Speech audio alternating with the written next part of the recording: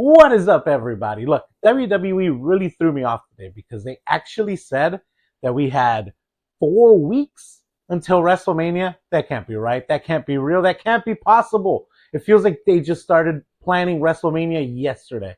But we did have WWE Smackdown, so it's time for WWE Smackdown Explained, the weekly video series where we take a look at all of tonight's events. We see how those events may affect future storylines. We try to break down where WWE may or may not be going with some of this stuff. And we try to analyze how things are starting to take shape as we head down the road to WrestleMania. Before we get started, though, make sure to hit that bell to subscribe. Make sure to hit that subscribe button. Hit the bell for notifications. Drop a like. Do the comments. Do the things. Come hang out with us. We post nothing but wrestling content on this channel. So I would love for you to come and be a part of it. Now, let's talk wrestling. Look, as you can tell, I'm in a different setting right now. I'm in a different room in my apartment. Why? None of your business. That's why. But today's video might be a little bit different, might look a little different, might sound a little different, might be a little shorter. But first thing I want to get off my chest here about tonight's Friday Night Smackdown wasn't for me. Honestly, I thought it was slow. I didn't think a lot of stories progressed here. Sure, we got the whole thing with Drew McIntyre and Jacob Fatu. That did kind of progress that story a little bit because we kind of got the beginning of that last week. We were supposed to get a match between these two guys tonight. That match never happened because they just brawled up and down whatever city they were in. I can't remember where they were, but they brawled all up and down the arena, all over the outside, all over the parking lot. Very much like Peter Griffin and the chicken in Family Guy.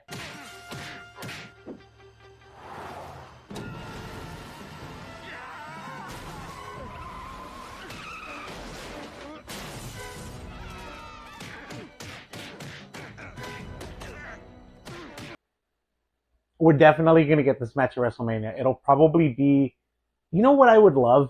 And maybe it's because I just saw it on AEW. I would love WWE to have a casket match between these two guys. These two guys hate each other. These two guys want to end each other. Why not do it in a casket match? I think that would be a lot of fun. I don't think that that's what WWE is going to do. Maybe we'll get a street fight from them at WrestleMania. Maybe we'll get a Hell in a Cell match at WrestleMania. Yeah, this was a lot of fun. There weren't any promos being cut between the guys. I guess the show started off with Jacob Fatu arriving to the arena in his car. Drew McIntyre broke his windshield out, dragged him out of his car, beat him down. He then did go to the ring to try to cut a promo. Nick Aldis called him out, was like, "What the hell is your problem?" Drew McIntyre called him a corporate stooge, like he has been doing. Really fun. And then Jacob Fatu came out and the brawl continued. And they basically brawled all night. There were segments backstage. There was the segments with the MFTs when they were arguing about the lantern and the tag team title belts because they did lose those belts tonight. And Jacob Fatu and Drew McIntyre interrupted that segment by fighting in the back.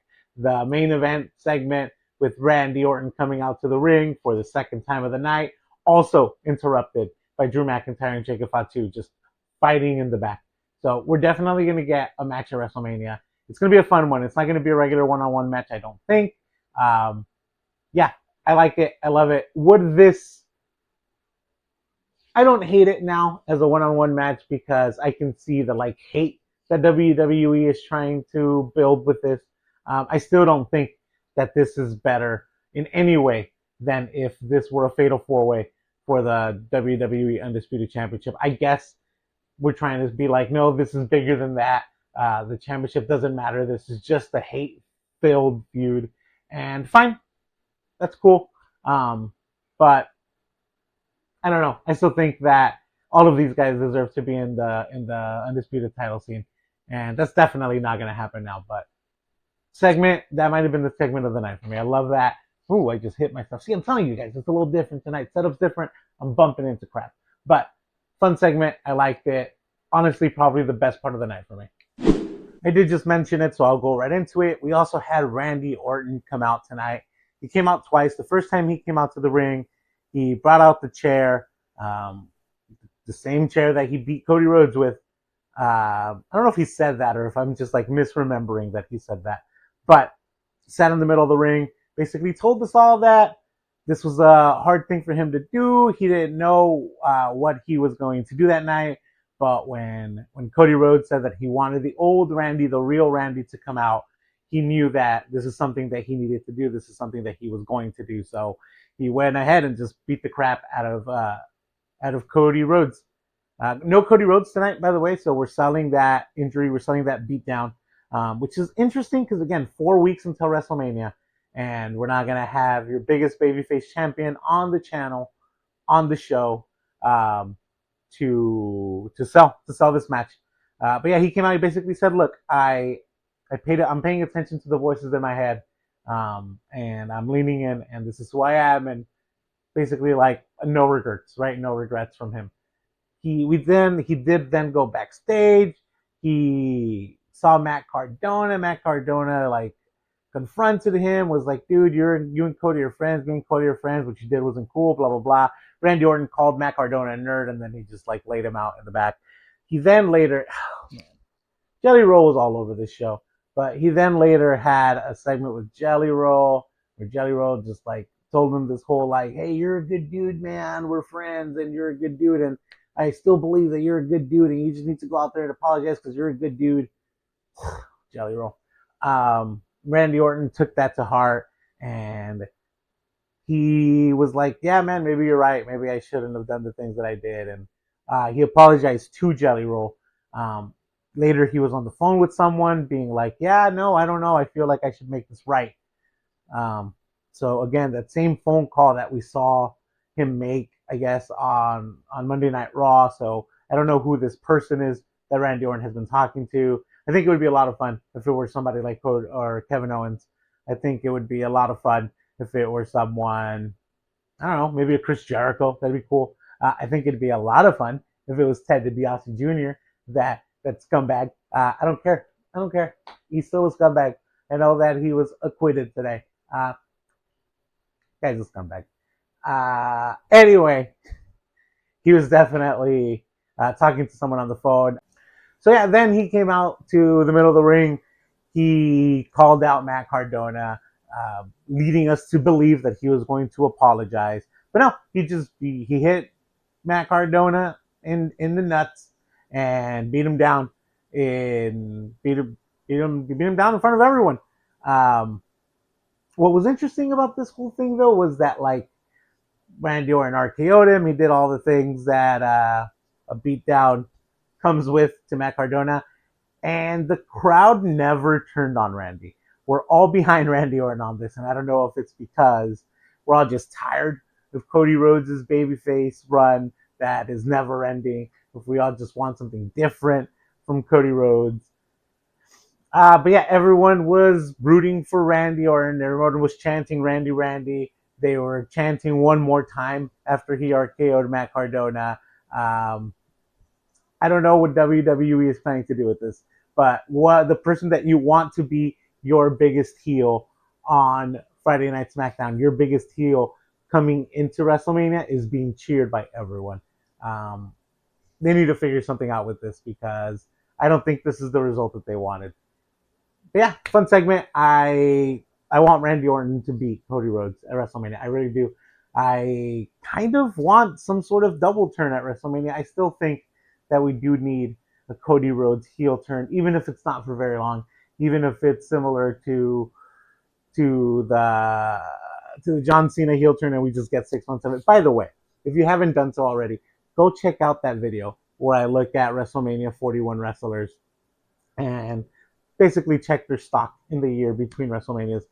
Because the main thing I noticed while making that video is that the main events at WrestleMania, exactly the same. We're getting Cody Rhodes against one of his friends who turned heel on him. A long-time babyface who turned heel on him right before WrestleMania. WWE needs new ideas, and I think that's why we're all just like, sure, we'll root for the bad guy. We'll root for Randy Orton. But fun segment. I really wish he would have RKO'd Jelly Roll. Because I'm tired of Jelly Roll on my TV. But fun segment with Randy Orton. This is going to be a fun match at WrestleMania. I am kind of in on this match. You know what? As I'm making this video, look, I'm a grown man. I can admit when I'm wrong. I think I've talked myself into maybe liking tonight's Friday Night Smackdown, right? Because we also had some very fun segments with Danhausen. Danhausen went up to Candice LeRae, who was still trying to get Johnny Gargano off of planking on everything. She asked him for help. He's like, "I will help you for $20 human." Candice LeRae gives him $20 human, and then Danhausen just disappears. He runs away with Candice LeRae's money. Danhausen also has a segment with Kit Wilson and The Miz. We had some sort of, I'm not even going to get into it, but Jelly Roll and Kit Wilson had a segment in the middle of the ring where they basically did slam poetry, setting up a match for them next week. Apparently, we're getting Jelly Roll versus Kit Wilson next week on Friday Night Smackdown. Whatever, I don't care. It's probably setting up a match for WrestleMania. Also, too much Jelly Roll on WWE. Okay, I get it. Cool. The dude had a decent, okay match at, was it at WrestleMania last year? I don't know. At some point last year, sure, he lost a bunch of weight. Good for him on that. I don't care. I don't want him on my TV. I just like, the dude's such a grifter. Anyway, what was I saying? Oh yeah, Danhausen. Then as The Miz was trying to give Kit Wilson a pep talk about what he should do, basically telling him how, yeah, ever since Danhausen cursed him, is like a bunch of bad things have happened. Like his vacation was ruined to Hawaii. There was bad weather. He was stuck in a middle seat, and things are just a little weird around him. And then a ladder falls and almost hits him. And then Danhausen comes in from behind something, and he's like, "Look, I can reverse the curse. All you got to do is mentor me, Miz." And the Miz refuses to mentor Danhausen. So Miz, you are cursed. Love that. I love what they're doing with Danhausen. He is so great. He is very nice and very evil, and I love it. I love what they're doing with Danhausen. I liked what they did with him here. I feel like maybe he'll be involved in this whole Kit Wilson and Jelly Roll thing or something. I don't know. Very nice, very evil. I love it. I'm a Fanhausen. All in. Another one of the things that I enjoyed about tonight's show. Look at me, just talking about things I enjoyed. Maybe I did like the show, but we had a match between the Bella Twins and Nia Jax and Lash Legend. I still can't remember the tag team name. The Irresistible Forces, is that it? I don't know. Whatever. Against Lash Legend and Nia Jax. That match ended in a DQ after Charlotte Flair got involved. She smacked Nia Jax in a very weird exchange. Like Nia Jax grabbed the belt, and I think she was meant to hit Charlotte Flair, but then like she didn't sell it right, so it just looked like clunky. And then Charlotte just hit her and then DQ. It was a very weird exchange, I think. Let me know in the comments if you feel the same way. But that ended in the DQ. We had a segment backstage between the Bellas and Charlotte Flair and Alexa Bliss. So I do think that this means that we're getting one step closer to a TLC multi-women tag team match at WrestleMania. And if that's the case, great. Let's do this all the time. Let's do this all day. I'm all in. I feel like it is, especially because Lash Legend and Nia Jax, they had a video package where they talked about Asuka and Kairi, because they talked about the tag team championships on Monday Night Raw. They talked about Lyra and Bayley because they talked about the tag team championships on Monday Night Raw. So I do feel like we're going to get something, some sort of multi-team match at WrestleMania for those titles. Yes, if this is what it takes of getting involved in a very lackluster match between the Bellas and the Irresistible Forces, I think that is their tag team name. Fine, so be it. Let's keep doing that, and give me what I want, Triple H. To put it in the words of Batista, give me what I want. Yeah, no, I think I was wrong to begin with when I said that I didn't like SmackDown tonight, because we also had a great segment between Jade Cargill and Rhea Ripley. where they had their typical exchange in the ring. You know, I am that bitch. Your muscles are for wrestling, mine are for pain. You would be nothing without wrestling. I would still be Jade Cargill, whatever. Their exchanges, same thing that we've been getting for the last couple of weeks. But after all that was said and done, Rhea Ripley told Jade Cargill, look, you can take a shot at me. I'll even give you the first shot for free, blah, blah, blah. Jade left. She's like, I'm not going to do that today. Because she was dressed all fancy and nice. I get it. I get it why Jade wouldn't hit Rhea Ripley like that. Like, why would she get herself dirty? She was definitely dressed for an event after SmackDown, right? Like SmackDown, you know, we've all shown up to work, right, on a random night and be like, I have plans after work, so like I got to dress for that instead of for work, you know. So that's definitely what Jade was doing tonight because she was dressed really nicely with her faux fur on her. As she was leaving, though, who was coming down the ramp? No one other than B-Fab and Michin with the kendo stick, and it was like, oh boy. I was like, okay, all right, here we go. Oh no, is Michin gonna go after the title again and win? Oh no, that's terrible. I can't. Oh, we might not get this main event at WrestleMania. We might not get this match at WrestleMania. No, but that's not what happened at all. Instead, what happened was like Jade kind of backed up, like, oh no, I'm kind of stuck in between Rhea Ripley on one side and then Michin and B-Fab on the other side, and what am I gonna do? But it turns out that Michin and B-Fab were actually aligned with Jade Cargill. So Jade Cargill has a little crew right now with B-Fab and Michin, and I like it. I'm all in. I don't know where all of it might go. Like, hopefully this is something that goes on beyond WrestleMania. I do think that the right move is for Jade to beat Rhea at WrestleMania, especially now that she's aligned with the group. And maybe Rhea will bring in Io into this, and that's how we get Io involved in WrestleMania. Fine, I guess. But I like the idea of Jade leading a heel faction, and I'm glad that they're giving B-Fab and Michin something to do, because I do think that Michin at least is very fun in ring. I haven't seen enough B-Fab matches. It's not a shot at B-Fab. B-Fab doesn't get a lot of ring work, but I do think that Michin is fun in ring. I think she is really fun with the kendo stick in her hand. I don't know, weird thing to say, but it's how I feel about it. So I like it. I like that we did this with them.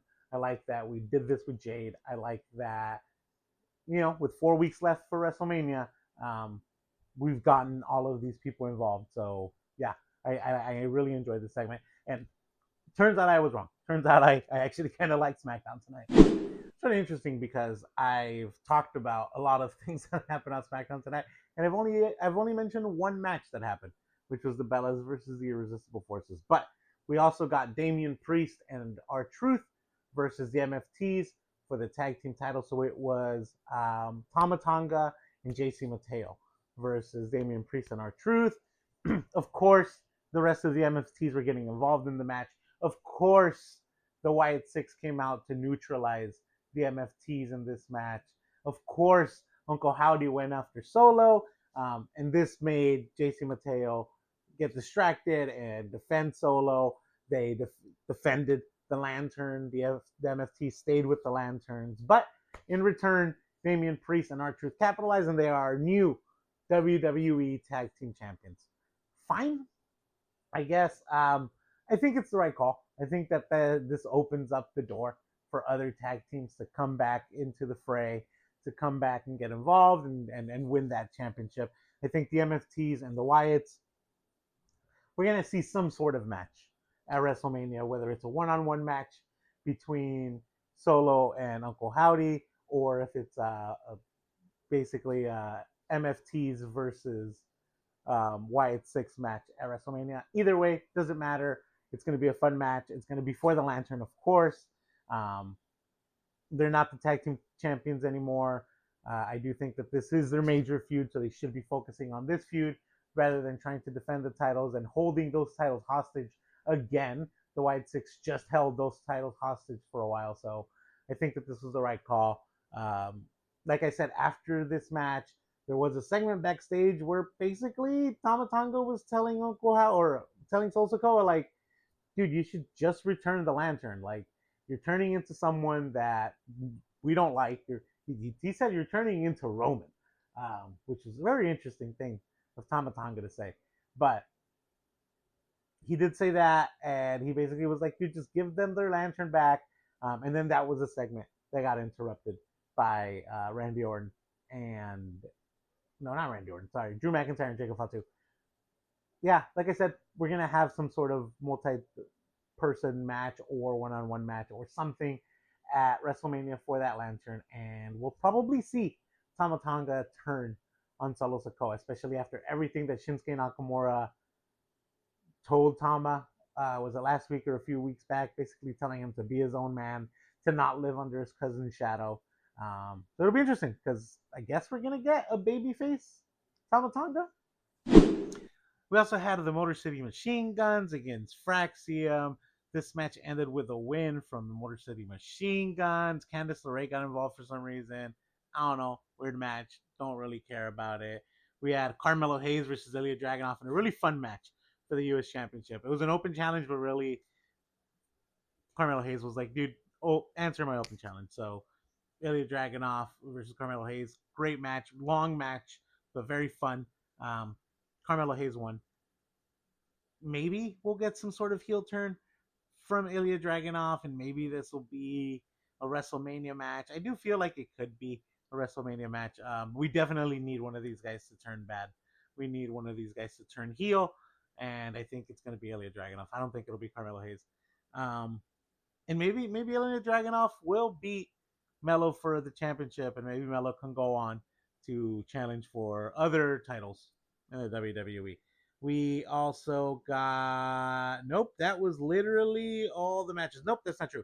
We got Aleister Black versus Sami Zayn. Match was whatever.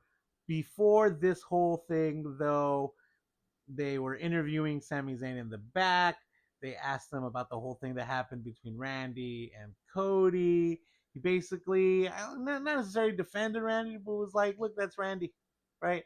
Trick Williams then, came in to interrupt the interview. And he later also, sorry, I blanked out. He later also came out for just to watch the match between Sami Zayn and Sami Zayn and Aleister Black. I'm glad that we didn't do the same thing that we've been doing with Sami Zayn, where he tells someone off and then apologizes for it later. Like I said, Trick Williams came out during Sami Zayn's match. He got involved, right? Really, Sami Zayn provoked Trick Williams. Trick Williams was chilling there, drinking his drink. Sami Zayn pushed Trick Williams' feet off of the announce table. Trick Williams then threw his drink on Sami Zayn. Sami Zayn was going back and forth, do I go back into the ring and fight Aleister Black? Do I attack Trick Williams? What should I do? What should I do? And then Aleister Black took full advantage of it, and he won this match. So Sami Zayn lost, thanks to, I guess, a distraction by Trick Williams. It was really because of his own inability to focus on two people at once. And we're probably going to get a Trick Williams versus Sami Zayn match at WrestleMania. Fine. No, I don't have a single problem with that match. As long as Trick Williams wins, as long as we see Sami turn completely heel, either during or after this match. What would be really fun is to see a double turn. As long as we don't take that coolness factor away from Trick, because man, that guy is he's cool. He's cool. That is his appeal, is that he is cool. But I do think that we're gonna see a Sami Zayn complete heel turn. Who knows? Maybe he and Cody Rhodes him and Randy Orton are aligned. Maybe he's the person that Randy has been calling. That would be a lot of fun. But we'll see. We'll see what happens. There you have it. That is everything that happened tonight on Friday Night Smackdown. Look, like I mentioned in the beginning of this, I didn't think that I enjoyed the show, but really, when I sit down and I analyze it, this was a really good show. This was a really fun show. I guess the part that I had the biggest problem with, and the reason why I came out of this being like, this wasn't that good, was I don't need Jelly Roll to be involved in any sort of feud with any Kit Wilson or anyone else for that matter, especially going into WrestleMania. No one needs that. We don't need it. We don't want it. I don't know. Let me know in the comments if you think I'm wrong. Let me know if you enjoy Jelly Roll and your programming for WWE. I'm just over it. I'm over him. I'm over the story. I'm over him getting involved and being that like, oh, really good guy who's here to have everyone be friends. And then that stupid slam poetry battle thing that they had, it was dumb. It was just dumb. Like this is like same old WWE Triple H like 2001 humor. Like, oh look, hey, we're making sex jokes and poop jokes and talking about people's willies. So stupid. I hated it. Let me know in the comments. Maybe I'm wrong, but thank you so much for joining me. Since you made it this far, make sure to drop a like, make sure to subscribe. Let me know what you thought about that Jelly Roll and Kit Wilson segment. I think Kit Wilson is solid. I think he's a great wrestler, great character, great everything.